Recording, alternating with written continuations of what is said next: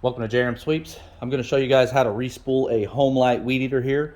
The first thing you want to do is you look at the bottom of the spool here where you have an arrow going to the left here and to the right.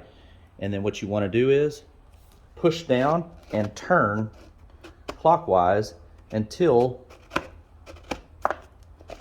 the arrows line up with the holes.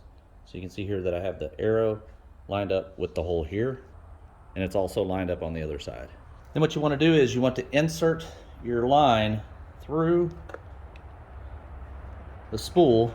Then when you press it forward, it should come out the other side. If it doesn't come out the other side, you may just kind of have to wiggle this guy to line everything up.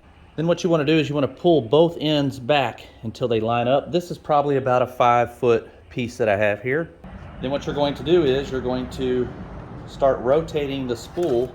You're just going to keep repeating this process.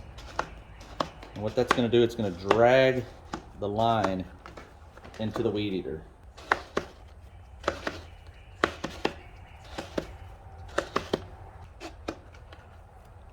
And there you have it. Thanks for watching.